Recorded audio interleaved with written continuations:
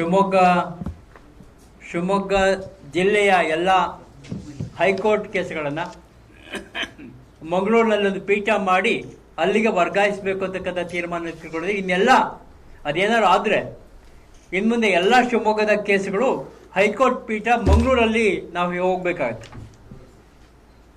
ಇದು ಏಕಪಕ್ಷೀಯ ನಿರ್ಧಾರ. ಇಲ್ಲಿ ಯಾರೋ ಯಾವುದೋ ಸಮಿತಿ, ಇಲ್ಲಿ ಯಾರೋ ಬರಲಿಲ್ಲ, ಇಲ್ಲಿ ಯಾರನ್ನೂ ಕೇಳಿಲ್ಲ, ನಮ್ಮನ್ನೊಂದು ಕನ್ಸಲ್ಟ್ ಮಾಡಿಲ್ಲ. ಇದು ಏಕಪಕ್ಷೀಯವಾದ ನಿರ್ಧಾರ. ಚೀಫ್ ಜಸ್ಟಿಸ್ ಕರ್ನಾಟಕ ಹೈಕೋರ್ಟ್ನವರು ತೆಗೆದುಕೊಂಡಂತ ನಿರ್ಧಾರ. ಹಾಗಾಗಿ ನಮ್ಗನ್ಸೋದಿದು ನ್ಯಾಯದ ಹೆಸರಿನಲ್ಲಿ ಶಿವಮೊಗ್ಗ ಜಿಲ್ಲೆಯ ಜನತೆಗೆ ದೊಡ್ಡ ಅನ್ಯಾಯ ಅಂತ. ಹೆಸರು ನ್ಯಾಯ ಸೇವೆ ಆಗ್ತಾ ಇರೋದು ದೊಡ್ಡ ಅನ್ಯಾಯ.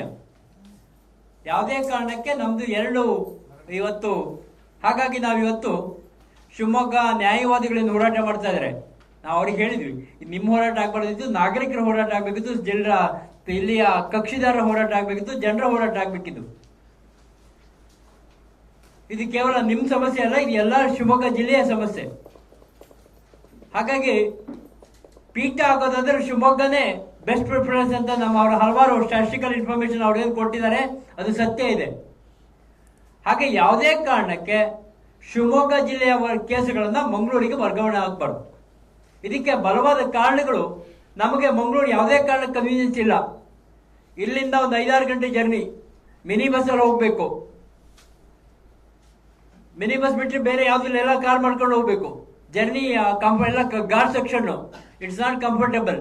ಅದೇ ಬೆಂಗಳೂರಿಗಾದ್ರೆ ನಮಗೆ ರಾತ್ರಿ 2 ಟ್ರೈನ್ ಇದೆ, ಬೆಳಗ್ಗೆ 2 ಟ್ರೈನ್ ಇದೆ, ಹಗಲೊತ್ತೊಂದು 2 ಟ್ರೈನ್ ಇದೆ. ಬೆಂಗಳೂರಿಗೆ ಹೋಗೋದಕ್ಕೆ ಕಂಫರ್ಟ್ ನಮಗೆ. ಮತ್ತೆ ಬಸ್ಸುಗಳು, ಓಲ್ವೋ ಬಸ್ಸುಗಳು, ರಾಜಹಂಸ ಬಸ್ಸುಗಳು ಬೇಕಷ್ಟಿದ್ದಾವೆ. ಶಿವಮೊಗ್ಗದಿಂದ ಬೆಳಗ್ಗೆ ಇದ್ದಾವೆ, ರಾತ್ರಿ ಇದ್ದಾವೆ, ಎಲ್ಲ ಹೊತ್ತುಗಳದ್ದು ಇದ್ದಾವೆ.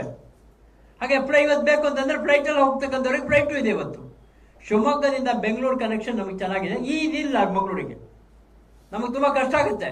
ಮಂಗಳೂರು ಅಂತ ಹೋಗಿ ಬರೋದು ಹೆಚ್ಚು ಕಮ್ಮಿ ಅದು 5-6 ಗಂಟೆ ಬೆಂಗಳೂರಿನಲ್ಲಿ. ಇನ್ನೊಂದು ಯಾಕೆ ನಾವಿದನ್ನ ಬೇಡ ಅಂತ ಹೇಳ್ತೀವಿ ಅಂತಂದ್ರೆ, ಬೆಂಗಳೂರಲ್ಲಿ ಬೇರೆ ಬೇರೆ ಈ ಟ್ರಿಬ್ಯುನಲ್ಸ್ಗಳಿದ್ದಾವೆ. ಲ್ಯಾಂಡ್ ಟ್ರಿಬ್ಯುನಲ್ಸ್ ಇರ್ಬೋದು, ಬೇರೆ ಬೇರೆ ಟ್ರಿಬ್ಯುನಲ್ಸ್ ಇದಾವೆ. ಇನ್ಕಮ್ ಟ್ಯಾಕ್ಸ್ ಟ್ರಿಬ್ಯುನಲ್ಸ್ ಇರ್ಬೋದು, ಬೇರೆ ಬೇರೆ ಇನ್ಕಮ್ ಟ್ಯಾಕ್ಸ್ ಟ್ರಿಬ್ಯುನಲ್ಗೆ ಹೋಗ್ತೀವಿ.